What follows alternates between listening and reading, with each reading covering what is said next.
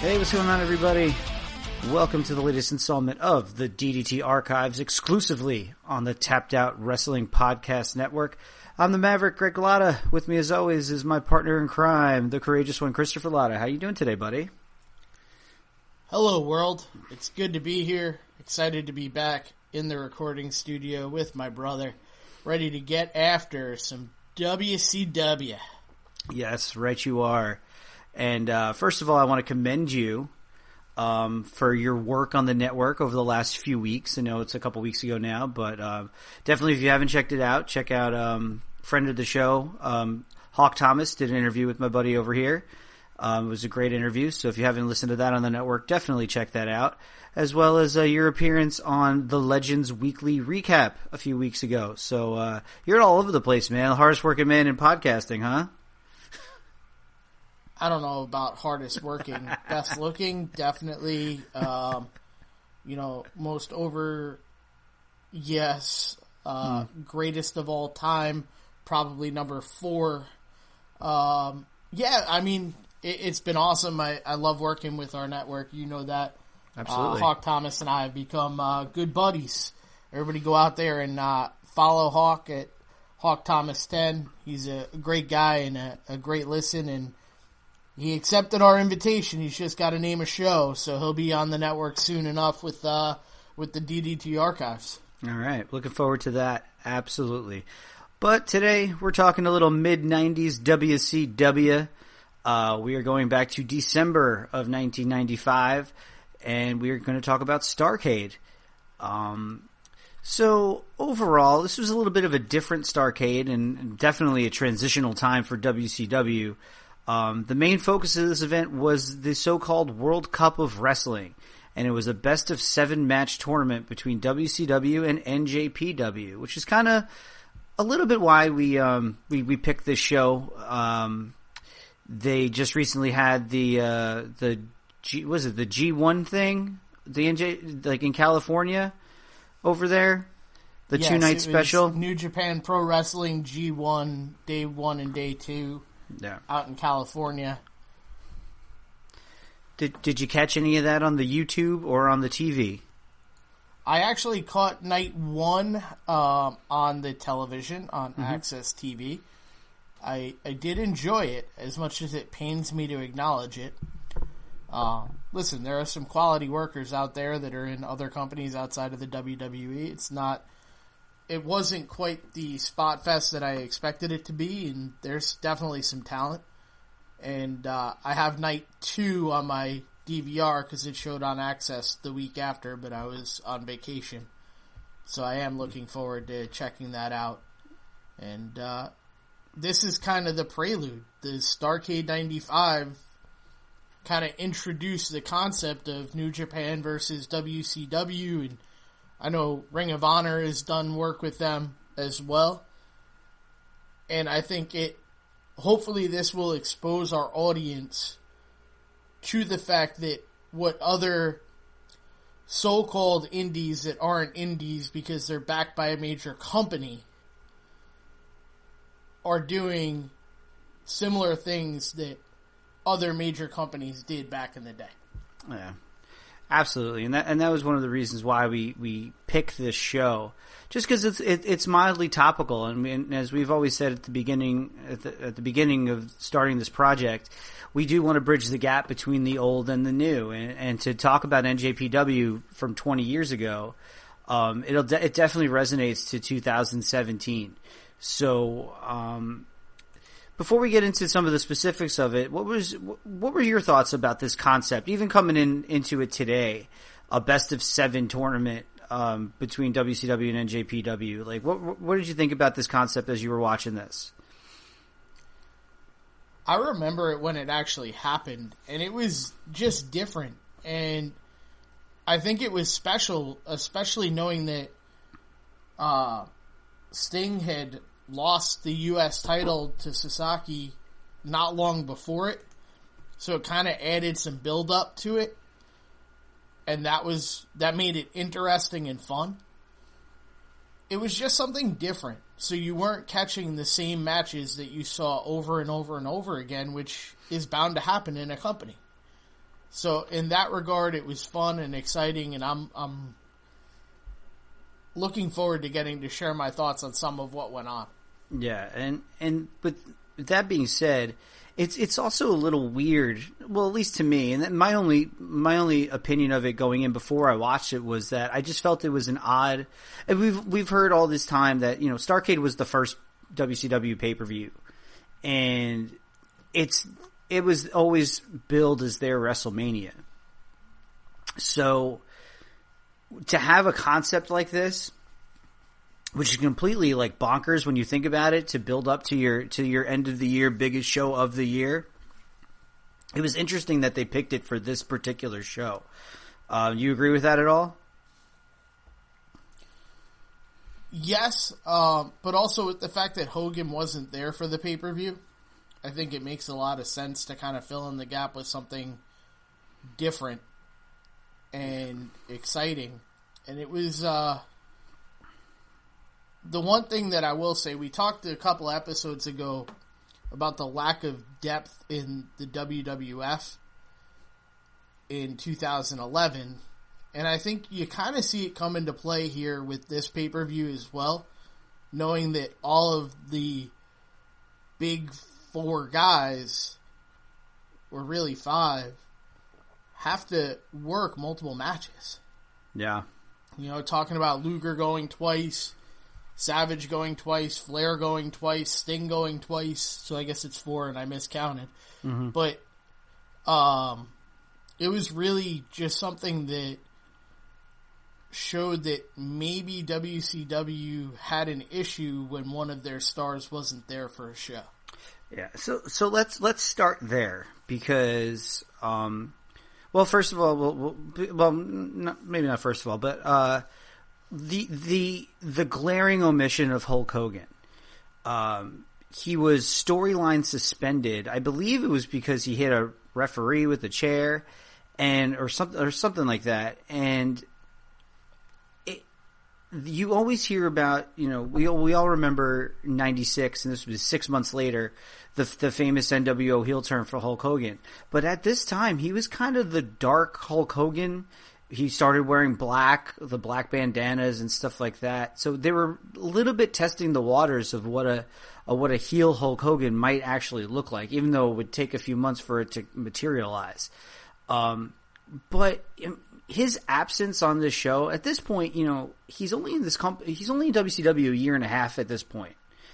And for a guy that was making as much money as he was back then, and I understand that you have your days off and he's only working a certain number of dates, wouldn't you think he would be involved on this show?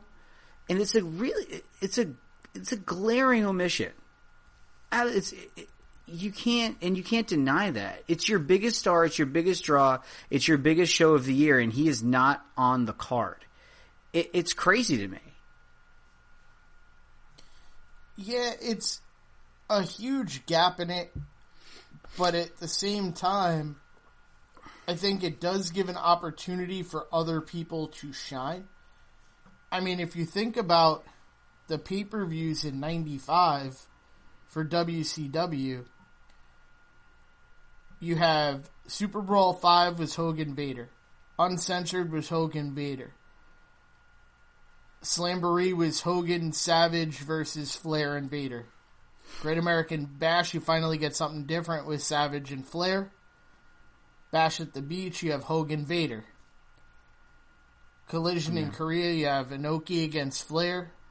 Then you have Fall Brawl, where it's Hogan, Lex Luger, Savage, and Sting versus, get ready for this exciting one, Kamala, Ming, Shark, and the Zodiac.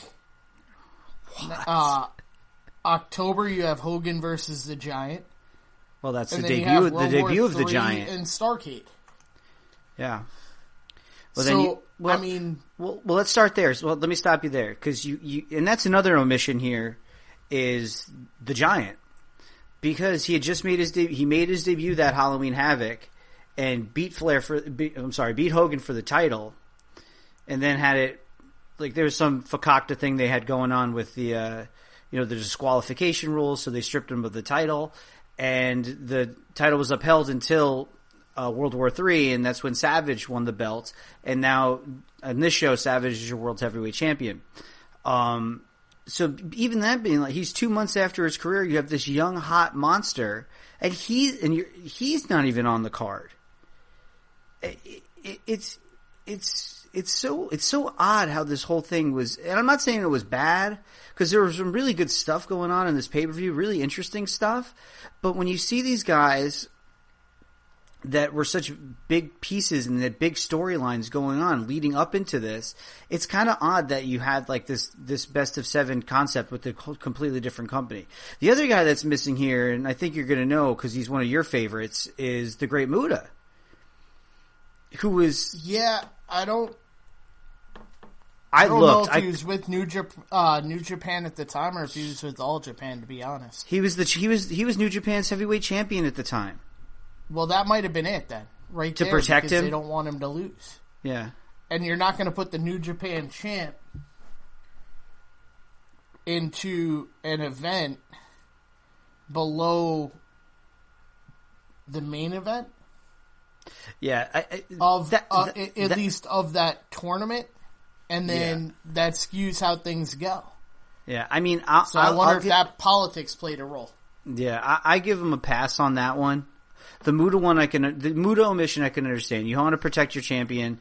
There's not really a spot here to plug him in. You don't want to, like, if you're going to protect him, how are you going to do that if he's just facing some like mid-level guy? And how can WCW, have one of their top guys? Not, it's just there's a lot of variables in that one. I can buy that one, but Hogan and Giant were very, very,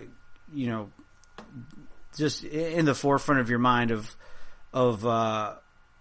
why he wasn't there. So I say we just let's dive right into the card. Okay, we got Starrcade 1995, took place December 27th, 1995 at the Nashville Auditorium in Nashville, Tennessee. Had a capacity crowd of 8,200 in attendance. And yeah, here we go. It's the first 7 matches are all the World Cup of Wrestling matches. It combined, as we said earlier, it was WCW versus New Japan, and whoever got to 4 wins first would win. We got Tony Schiavone, Bobby the Brain Heenan, and Dusty Rhodes on the call. And here we go. There were a few dark matches going on. The first one was Diamond Dallas Page would defeat Dave Sullivan. And then there was a tag match which saw the American Males, Scotty Riggs and Buff Bagwell, or Marcus Alexander Bagwell at this time, would defeat the Blue Bloods. That's Lord Steven Regal and Earl Robert Eaton. There's also as you alluded to before, there was a U.S. title match that took place after the show. That was also a dark match, and so which was kind of odd. But do you want to cover that now, or you want to get that when we get to the Sting match? We can hit the dark match because there's some controversy with that. So yeah, there was. So Kensuke Sasaki was the United States champion at this time. He had beaten Sting the month before at a show in Japan. So he was holding the United States title belt, and so he had a match with One Man Gang after the show was over. It was the post main event dark match. And I guess what had happened was, if I read it correctly, it was something like there was a little bit of a dusty finish where One Man Gang would win, but then they restarted the match and Sasaki would win again. But in the U.S., they showed it on another TV show, and they edited it so the match never restarted. That is correct. So One Man Gang was back to being the United States champion, so they can get the belt back on WCW television. That is what happened, and it started the downfall of the U.S. title. It went from like One Man Gang to like Conan.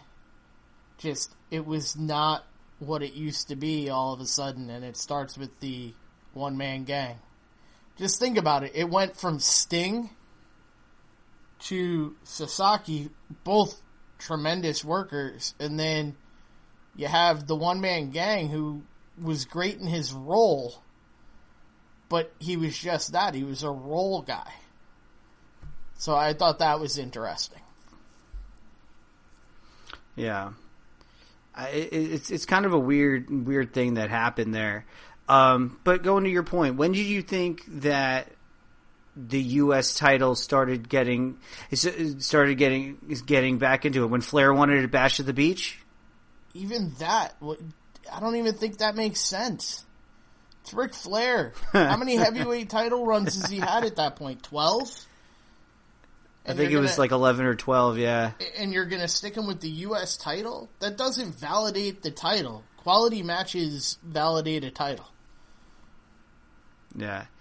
I mean, I've been watching a lot of, I think over the weekend, I was watching a lot of WCW 97, like just nitros, and I got through a couple pay-per-views. I had started that months back, but at this point, the point I'm at in the year is Dean Malenko's the United States champion, so it's kind of interesting. Another great worker, but, I mean, really, he was a cruiserweight guy in WCW. So I don't know if that he had won it off Eddie Guerrero either. Eddie Guerrero's a different story. Yeah. Malenko, remember, this is a time period when there is a difference between the giants and the little guys. Guerrero's never a cruiserweight. Yeah. You know, Guerrero's a 225-pound guy in a 205 division. So, I mean, Malenko is smaller in stature, so it just shows the difference. Yeah. I guess to see what you're saying there. It was just kind of weird. So that happened after the main event. So let's go to our first televised match of the night, which I mean, if you're going to get two legendary names, I know that term gets tossed around a lot nowadays, but you know, when you're looking back 22 years ago almost, you know, these two guys are probably the most recognizable Japanese wrestler on the card to American fans, and that would be Jushin Thunder Liger would defeat Chris Benoit in about 10.5 minutes after Kevin Sullivan had come out and distracted Benoit and it allowed Liger to get a Frankensteiner and a pin. The online reviews for this match, I'm sure I'll take a little heat from this on the social media. The online reviews for this match were really good. But honestly, I just wasn't a fan of this match at all. I guess when I'm looking back, I'm not looking at it as 1995 Chris Benoit. I'm looking at it as the Chris Benoit that I knew and was a fan of like for a long time. And, you know, I thought the match was a little bit clunky. It just wasn't very crisp. There's a couple of missed spots here and there that were noticeable. And, you know, the weirdo finish didn't help either. So, you know, when I hear these two names, I think I expected more out of it. So what were your thoughts about this match? I thought the match was good. I'm not going to lie to you. I know when you had texted me that you were going to infuriate internet fans. I mean, the way I see it is, when I go back to watch the old wrestling, I try to remember it as I did at that time. Because the reality is, if you're looking for 2002 Chris Benoit, it's 1995. You're not going to have that guy. Liger is really good, but the styles that they worked are completely different. So to expect them to have a completely fluid match might be unrealistic. In terms of the finish, I think it's a great way to get Benoit to lose. It continues the issues with Kevin Sullivan and Benoit. Well, it's the beginning of the issues with Kevin Sullivan and Benoit. Well, no, it's the beginning of it in front of fans. Well, obviously that, but I mean that's a feud that would go on. This is where it started, where Sullivan's talking about Brian Pillman, and you know Benoit's a member of the Horsemen at this point, and so is Pillman. And you know, this is like the first time I think on TV he really got involved with a Benoit match, and God, that feud would last a year and a half. It would. It was, again, I thought it was a better match than you're making it out to be. I think your expectations were significantly higher. I mean, I looked at it. You weren't a WCW guy. So you didn't probably, unless you were at my house, you didn't watch this show live. And this is one of those, you may have actually watched it with me and you just don't remember because, I mean, it was definitely a Christmas break. So it's potentially what happened. But at the same time, it served its purpose. It opened the card. It was a quality match. There were good moves. There was nice chemistry to a point. I think you just had real high expectations. Yeah, that probably, and you can't really fault me for that. I'm watching a show, I hear two names like that, a match I haven't seen before. I'm just like, oh, this is going to be good, and it just didn't do it for me. I guess I'm not saying it was bad. I just guess I just wasn't as into it as I would have liked to have been, knowing those two names. But the other flip side of it too is that I totally agree with you that it served its purpose. Benoit's working. He's a hardcore heel here as a part of the Horsemen, and we'll get to that later on towards the end of this show where he comes back out, and I mean there's a little bit of brilliant nuance going on there that that's a little bit foreshadowed later on. What were you going to say? Liger's talented and one of the best ever in terms of transitioning from Japan to the United States. But I think a lot of what Liger's reputation is built upon were his matches with Pillman. His matches with everybody else never reached the top that they did with Flying Brian. That's just the truth. And if you go back and you find me a match in the States that was as good as those matches with Brian Pillman, then I'll acknowledge that I'm wrong. But from my recollection, there's nothing there that even touches that series of matches that they had. Yeah, it's an interesting point. Definitely an interesting point. So at this point, New Japan leads the series 1-0. And after this match, we get a backstage segment with Mean Gene Okerlund interviewing Eddie Guerrero. And it's a different Eddie Guerrero than I think a lot of our listeners were used to. I mean, I know I was like, when I really started getting into Eddie Guerrero's style and everything, he was working a little bit. He was kind of bordering on the line of babyface and heel. Then he became a full-on heel later in his career at WCW, and he's had a great run in WWE that we all remember. But I can't handle cheesy babyface Eddie Guerrero at this point. That's a weird interview to see nowadays, looking back, right? Yeah, he fit more of what the Guerrero family was at that time. So, yeah. I mean, he was playing off his family name. He wasn't really who Eddie Guerrero would become. No. So, again, I think part of that is you weren't watching so much WCW at the time. I don't... Again, looking back, if you're expecting the same guy, then no, you're going to be disappointed.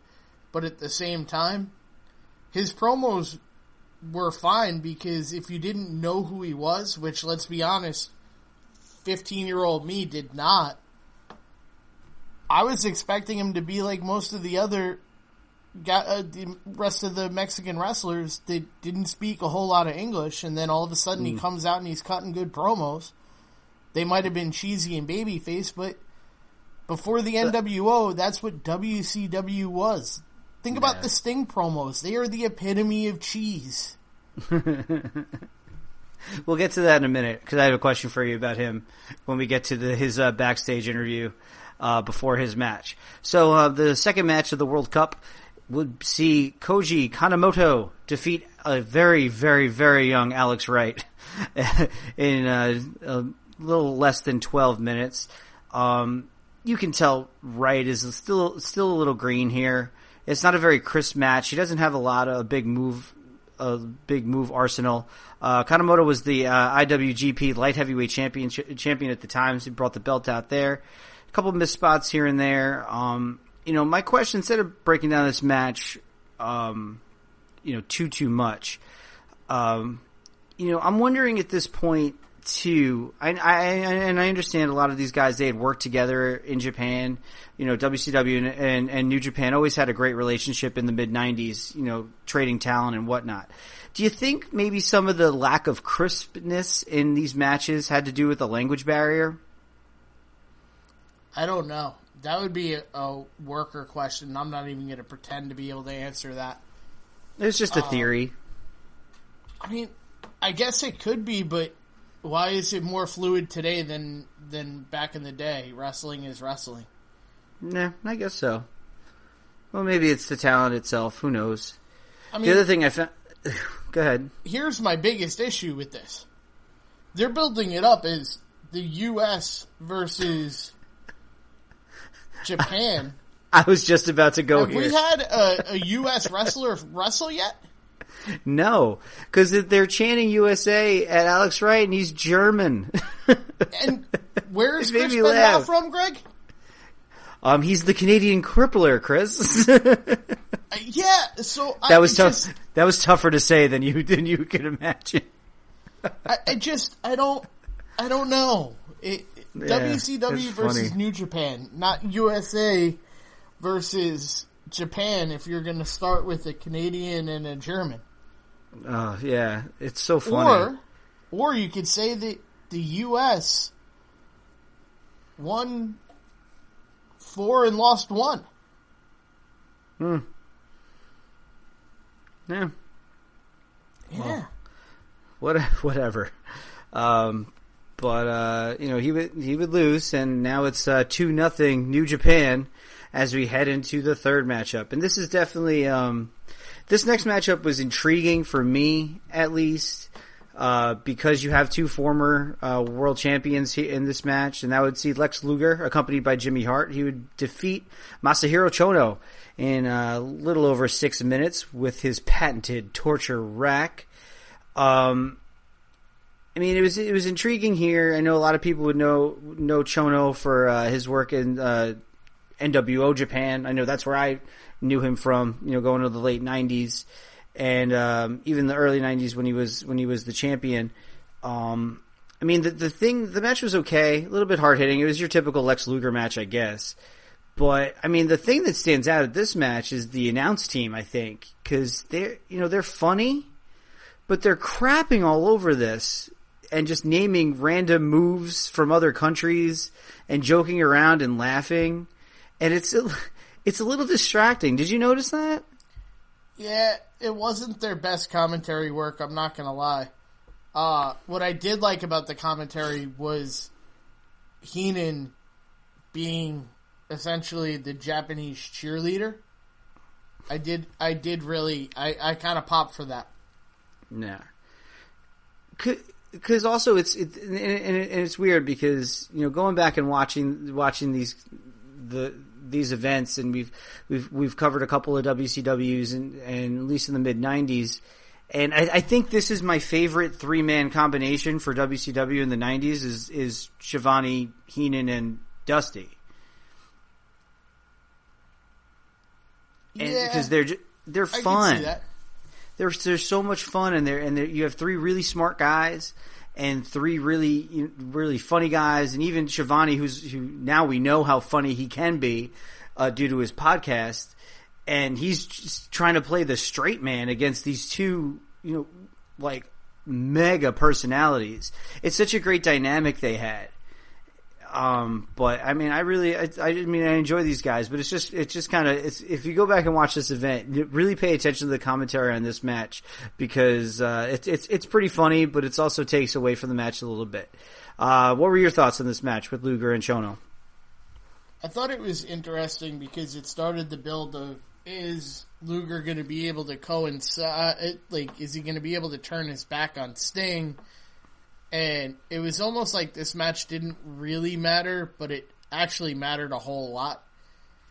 And I thought that was something that they really struggled with throughout this whole event, was they're trying to make this out to be such a really important battle, but everything keeps kind of going to the final 2 matches. Yeah, and you can tell too. They're keeping these matches short, and pay attention to the match times on here, because you had the first match with Benoit and Liger went over 10 minutes. You had Alex Wright and Kanemoto go almost 12 minutes, and 11 and now you have was too long. Yeah, well, yeah, but then you have this match and just over 6 minutes and 40 seconds to be exact.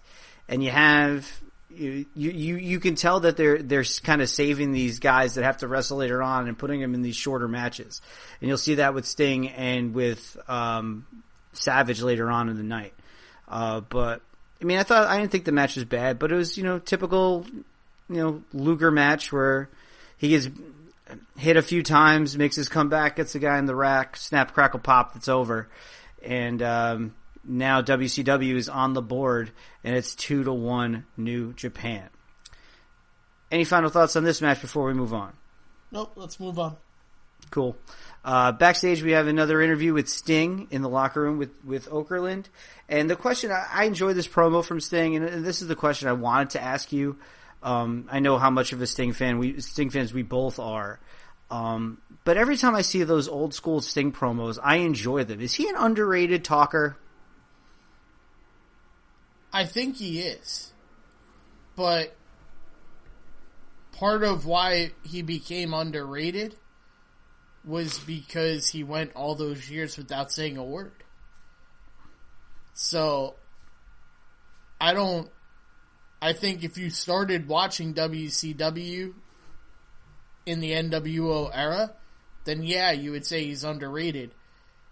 But if you watched him all along, then I think he got his due, but his character changed so dramatically. The one thing I will say is, if you listen to his promos, they would not go over well today at all. Well, no, they don't age well. They're very for that time period. But with the thing about Sting that's noticeable, and maybe not what he's saying, and even in his delivery, but he is still one of the great personalities we've ever seen. On top of being such an in-ring talent, and it's no surprise that he was a star, because he was one of the. I mean, maybe I didn't watch this particular event, or I didn't watch WCW regularly. I watched Saturday Night, when I could, but I was always a Sting fan.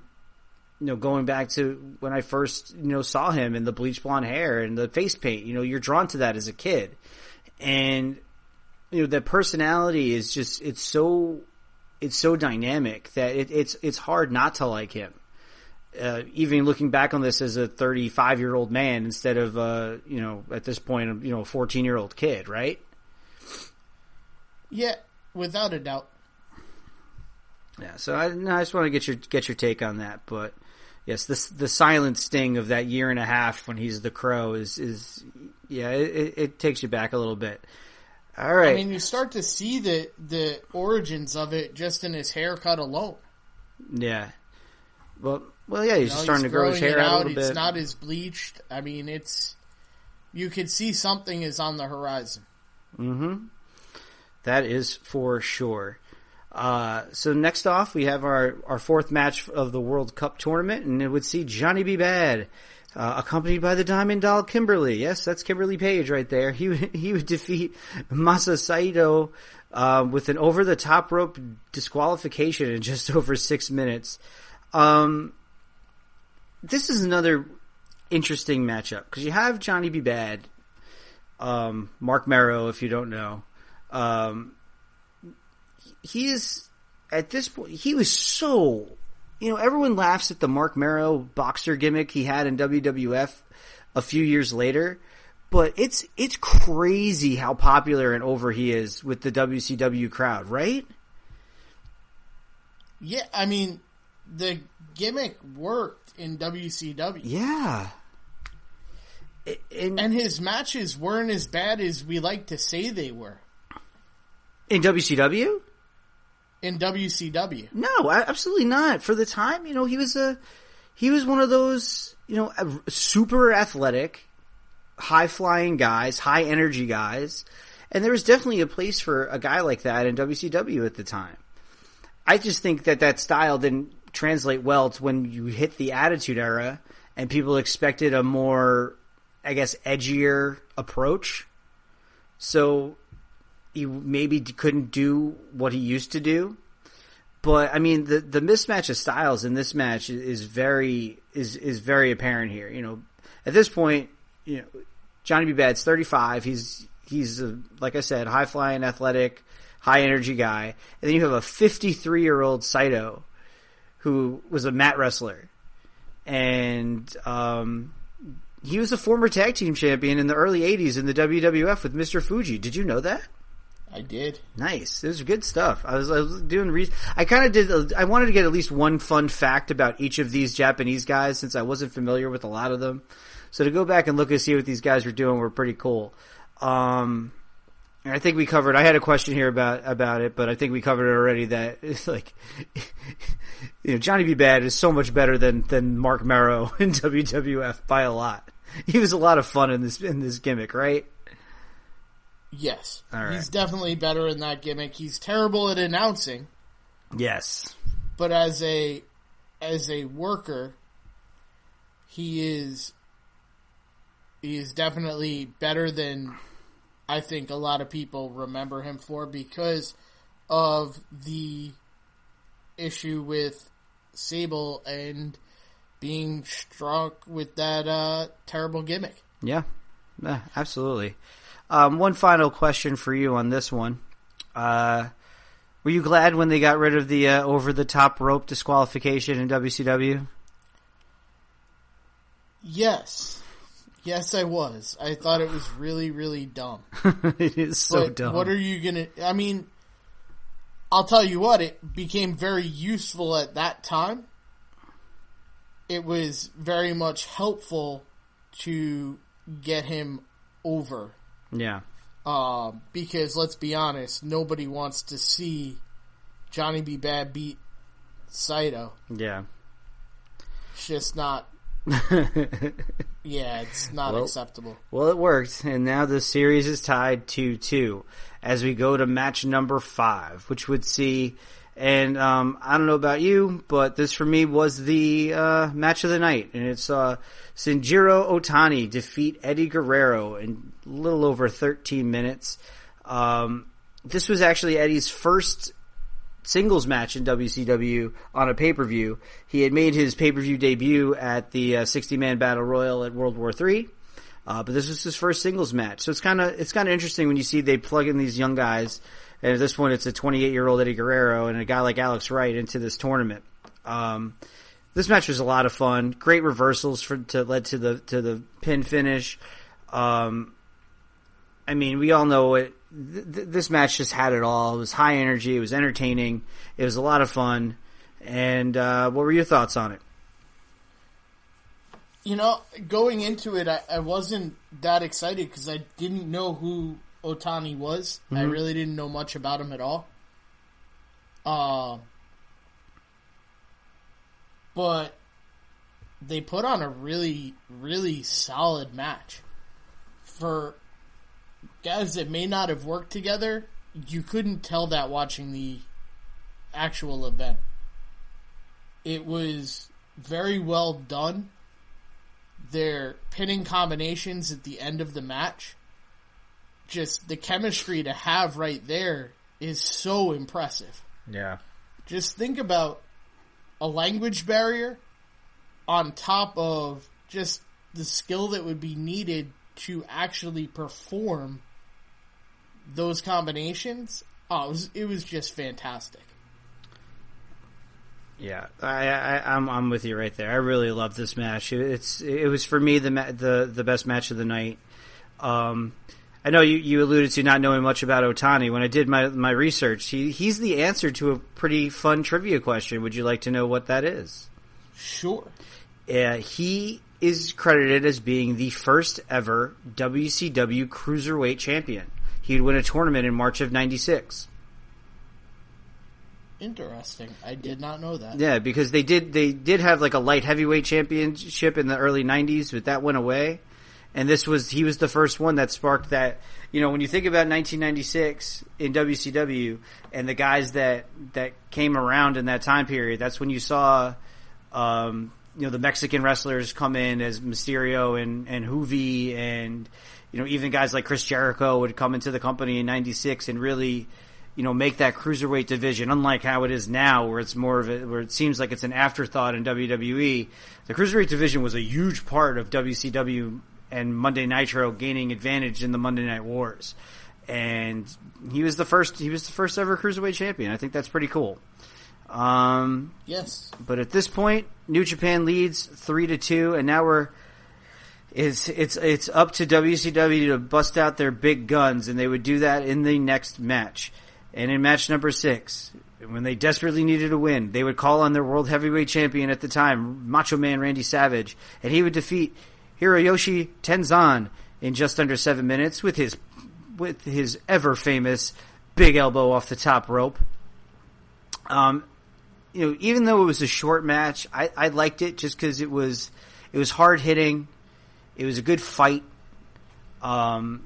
We had said earlier, Savage had won the World Heavyweight Championship at World War III in the Battle Royal, and Tenzan was a very decorated champion and had a great career in Japan. He was one of the founding members of NWO Japan. So what did you think about this match with Savage and Tenzan? Is there anything more WCW than them announcing Tenzan as Tensen? And having it spelled wrong when he came out to the ring? Like, that's just ridiculous. That's bad. That's bad form. But something you'd grow to expect from WCW. Yeah. With that being said,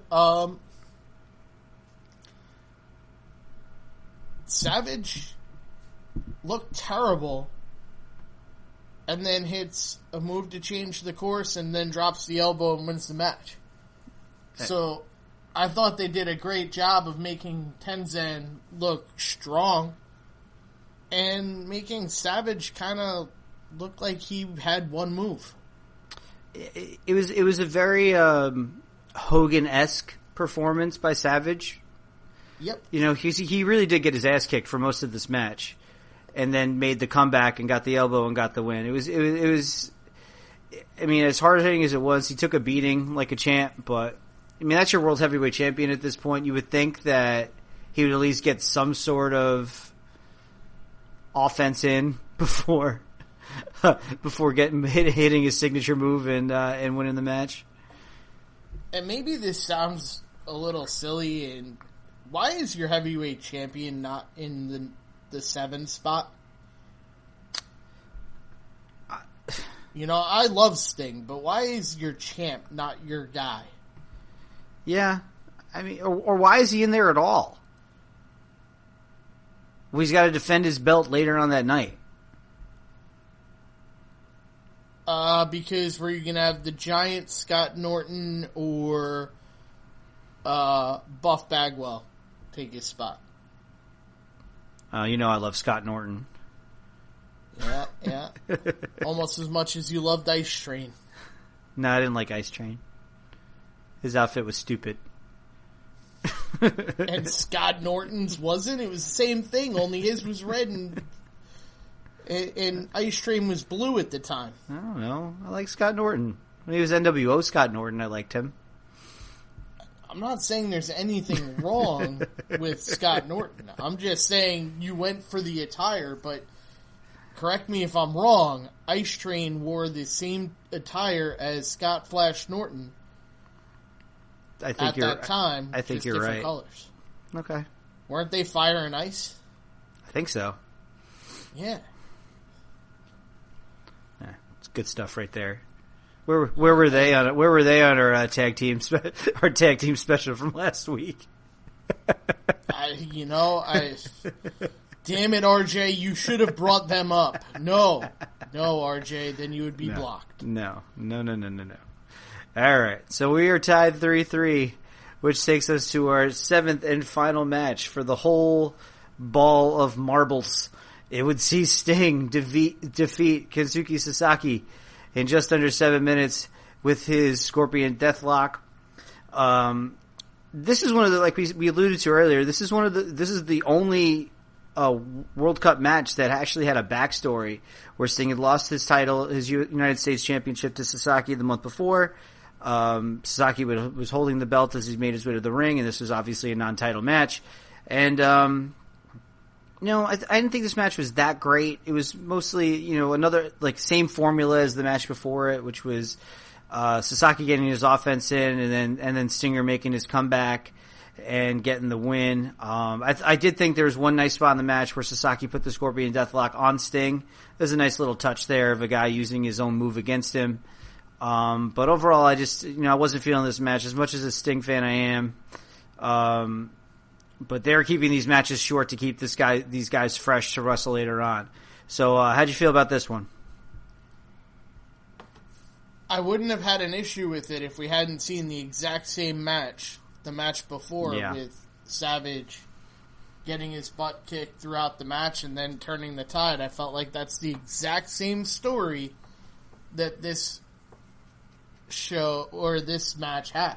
Yeah. It was identical. Sting got his butt kicked for an extended period of time and then overcomes it with the splash and the Scorpion Deathlock. Yeah, so they would. So as WCW wins the cup with this match, and they would have a little bit of a celebration afterwards. And the best part of the celebration to me was not the interviews or anything or the celebration itself. It was I got to give tons of credit to Chris Benoit here. He, as we said, was working a heel at the time. He was a member of the Four Horsemen, and he kayfabed the crap out of this ceremony. He looked absolutely miserable. He wanted no part of this celebration at all. Didn't crack a smile, and the only form of celebratory act he did was a very, very lame high five to Sting, and he just looked like he just wanted to be anywhere else but in that ring with those guys. Did you notice that at all? I thought it was brilliant. Yeah, I did notice. For a little while, you kind of went, "Where's Benoit?" Mm-hmm. And he did a nice job there. And I think, again, going back to seeing Alex Wright in the USA t-shirt, just, come on, guys. Come on. You're better than that. Just put the WCW logo and you're good. Yeah. Again, I love the concept. The execution could have been slightly better. Yeah, I'm with you there for sure. But either way, the World Cup would come to WCW, and this is the last we'd ever hear of it. So overall thoughts before we get to the two main events that happened back to back of the World Cup concept. Did it work for you? Did it not work for you? I mean, sum it up for me. I just quickly looked at the 60 men that were in World War III to kind of say, okay, who would I replace some of these guys with? Mm-hmm.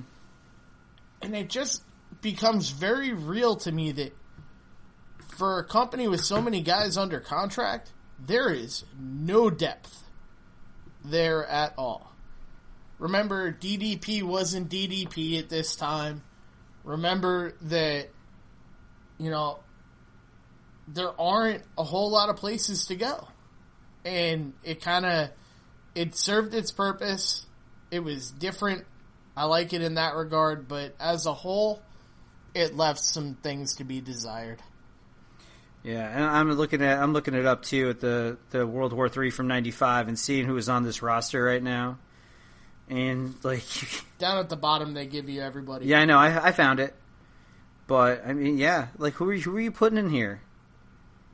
I could see a guy like, maybe Big Bubba would have worked in this concept.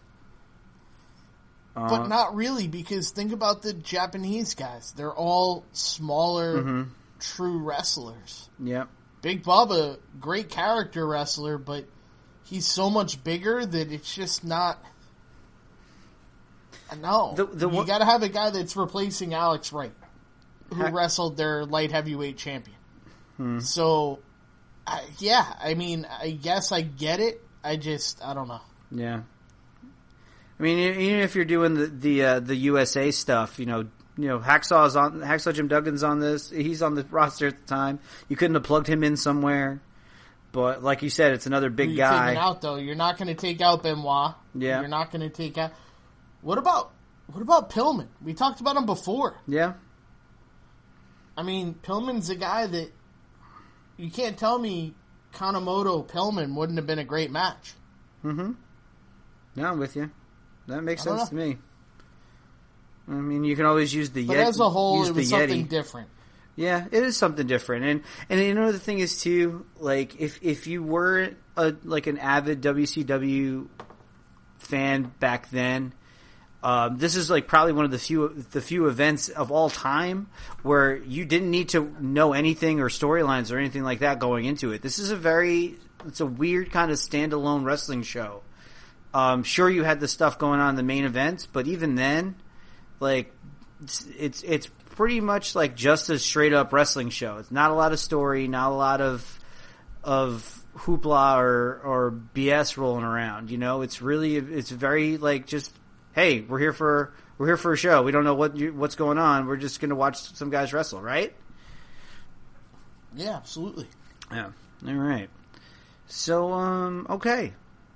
Let's go with our last two matches of the night. The first one would be a triangle match for the number one contender spot, and a match with Macho Man Randy Savage for the World Heavyweight Championship right after this match. And it would see Ric Flair defeat Sting and Lex Luger by countout in just about 28 minutes. And he would face Savage right after this match for the World Heavyweight Champion. It was kind of interesting how they set this up. And I say triangle match, and maybe some of you out there in podcast wrestling land would think it's your straight up triple threat match, and it wasn't. Not all three guys were in the ring at the same time. There's always one guy on the apron waiting to get tagged in. You can tag somebody in at all times. Really didn't have a lot of triple threat matches at this point. I don't think you saw one in WWE until like 97-ish? And you didn't see him in WCW either. Yeah, so this is kind of an interesting concept.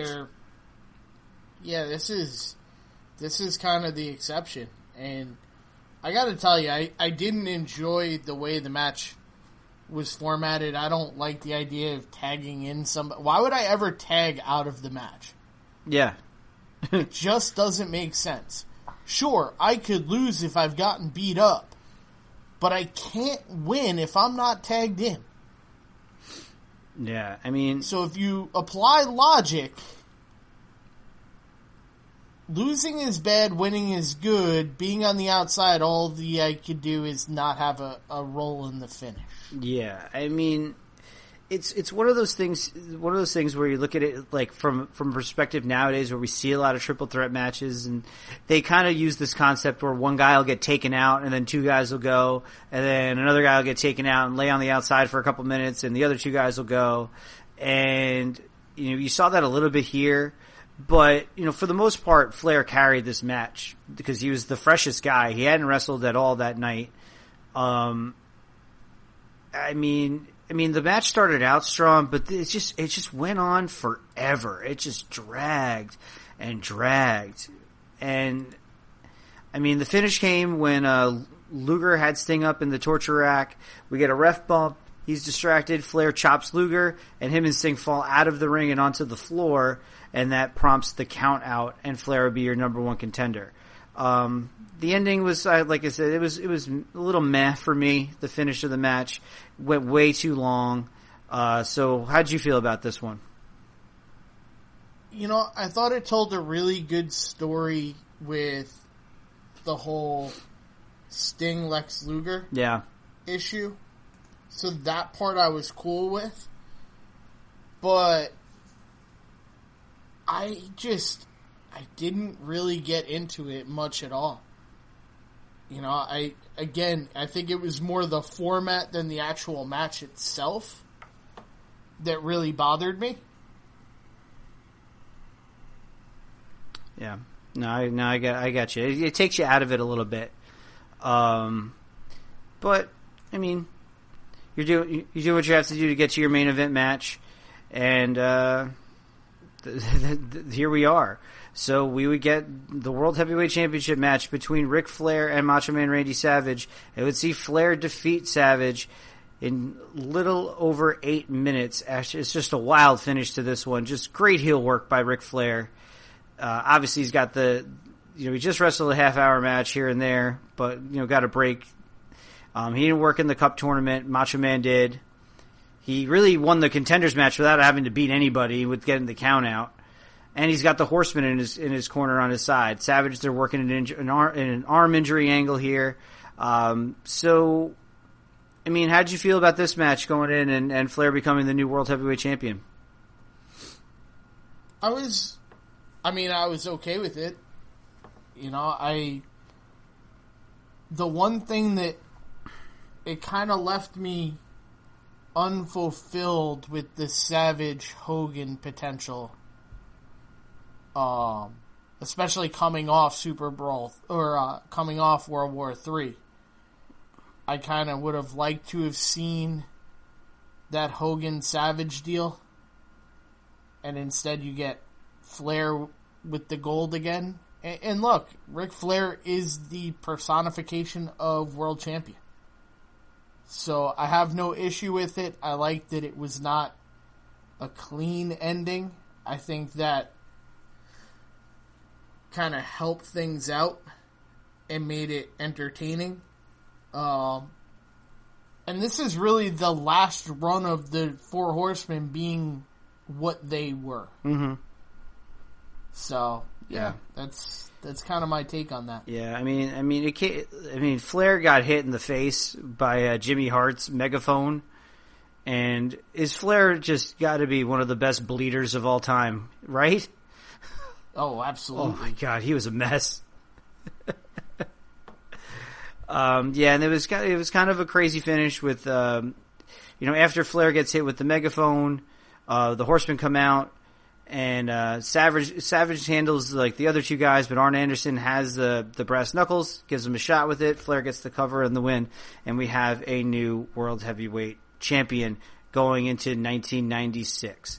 And obviously, 1996 in WCW, for lack of a better term, it changed the world of wrestling as we saw it.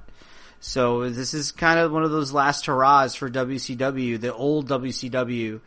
That we knew and loved in the early 90s. So any before we get to our plugs, any final thoughts about this show as a whole?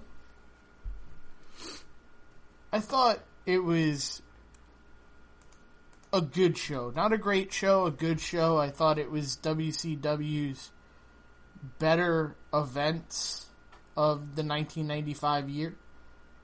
I thought it was something different, and that made it somewhat enjoyable. And it's going to lead to probably the next pay-per-view for WCW after this is Super Brawl 6, which is one of the more legendary pay-per-views in history. No. Well, what happened there? So, that was the I Respect You Booker man, Brian Pillman, quitting WCW. Yeah. Well, maybe we'll cover that one day moving forward. Yeah, down the line. Down the line, maybe. Not so much yet. So why don't we get our plugs out of the way here before we sign off for the evening? You can find the show and myself, Greg, on Twitter at DDT Archives. You can find Chris on Twitter at The Courageous_1. That's right. You can email the show with any show ideas or questions, comments, or concerns, or whatever you have. Just give us a shout out on our email, ddtarchives@gmail.com. We'd love to hear from you. We'd love to get some suggestions. If any famous pay-per-views or shows you want us to cover, we'd be more happy to look into that. And, so why don't you give out the rest of the stuff, bud? Sure. You can follow the Tapped Out Wrestling Network at Tapped Out Pod on Twitter. You can follow some of our other colleagues, the legend at Lippman316. I got to give him a shout out for having me on a couple weeks ago. Greatly appreciate him having me. You can email the network at Tapped Out Wrestling Podcast or Tapped Out Wrestling Podcast at gmail.com.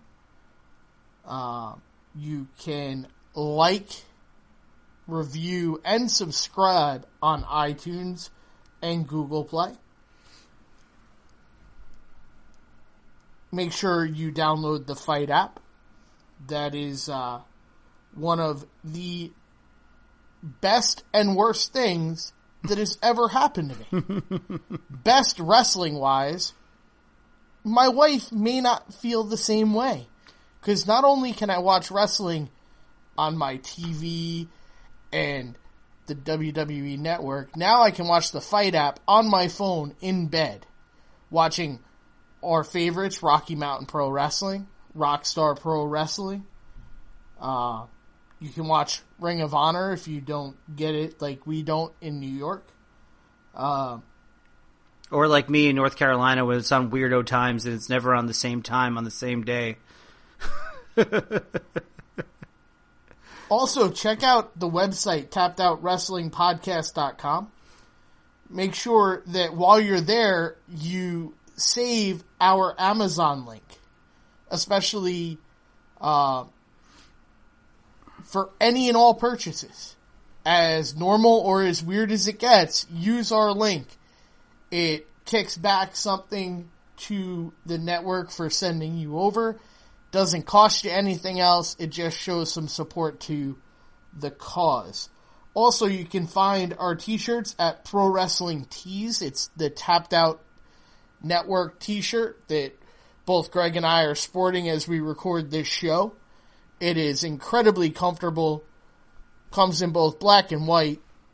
Obviously, me being the heel, I'm always wearing the black shirt.